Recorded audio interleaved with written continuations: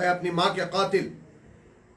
تو حضرت سعد ابن ابی وقاص رضی اللہ عنہ فرماتے ہیں میں نے اپنی امی جان کو سمجھایا کہ امی جان ایسا مت کیجیے، کیونکہ میں کسی بھی چیز کے لیے اس دین کو چھوڑنے والا نہیں ہوں۔ تو حضرت سعد ابن ابی وقاص فرماتے ہیں کہ ایک رات اور ایک دن گزر گیا، میری ماں نے کچھ نہیں کھایا، بہت کمزور ہو گئی۔ پھر اس کے بعد دوسرا دن اور دوسری رات بھی وہ نہیں کھائیں۔ جب میں نے یہ دیکھا تو میں نے سمجھ لیا کہ یہ اب ماننے والی نہیں ہے۔ تو میں نے ان سے کھلے الفاظ میں کہا امی جان اللہ کی قسم آپ جانتی ہیں کہ اگر آپ کی 100 جانیں ہوں اور ایک ایک جان آپ کے جسم سے نکلتی چلی جائے، یعنی 100 مرتبہ آپ مرتی رہیں زندہ ہوتی رہیں، تب بھی میں کسی چیز کے لیے اپنے دین کو چھوڑنے والا نہیں ہوں۔ چاہو تو کھاؤ، چاہو تو نہ کھاؤ۔ جب ماں نے یہ دیکھ لیا کہ میرا بیٹا کسی حال ماننے والا نہیں ہے تو مجبوراً انہوں نے کھا لیا۔ تو اللہ تعالیٰ نے یہاں بھی یہ آیت نازل فرمائی اور دوسری جگہ بھی اس کا حکم دیا، فرمایا ماں باپ کی سنو، ماں باپ کی مانو، کب تک؟ جب تک کہ وہ اللہ کے ساتھ شرک کرنے کا تمہیں حکم نہ دیں۔ کسی بات کی بھی وہ تاکید کریں تو اس کو قبول کر لو، مگر اگر وہ کسی نافرمانی کا حکم دیں تو پھر ان کی بات سننا تمہارے لیے ضروری نہیں ہے، مگر اس کے باوجود تم ان کے ساتھ حسن سلوک کرو گے، ان کے ساتھ اچھا معاملہ کرو گے۔ اس کا ذکر یہاں کیا گیا۔ پھر اس کے بعد اس سورے کے آخر میں علوم خمسہ، 5 علوم جنہیں مفاتیح غیب کہا جاتا ہے، یعنی غیب کی کنجیاں، اس کا ذکر کیا گیا۔ اللہ نے فرمایا ان اللہ عندہ علم الساعہ، یقیناً اللہ ہی کے پاس قیامت کا علم ہے۔ وَيُنَزِّلُ الْغَيْثَ، وہی بارش برساتا ہے، کہ کب بارش ہوگی کتنی بارش ہوگی وہی جانتا ہے۔ اور اسی طرح وَيَعْلَمُ مَا فِي الْأَرْحَامِ، ماں کے رحموں میں کیا ہے وہی جانتا ہے، بچہ ہے کہ بچی ہے۔ وَمَا تَدْرِي نَفْسٌ مَاذَا تَكْسِبُ غَدًا، اور کوئی بھی انسان یہ نہیں جانتا کہ کل وہ کیا کمائے گا۔ وَمَا تَدْرِي نَفْسٌ بِأَيِّ أَرْضٍ تَمُوتُ، اور کوئی بھی انسان یہ نہیں جانتا کہ وہ کل کہاں مرے گا۔ یہ 5 باتیں جس کے بارے میں اللہ نے فرمایا یہ مفاتیح غیب ہے، غیب کی کنجیاں ہیں۔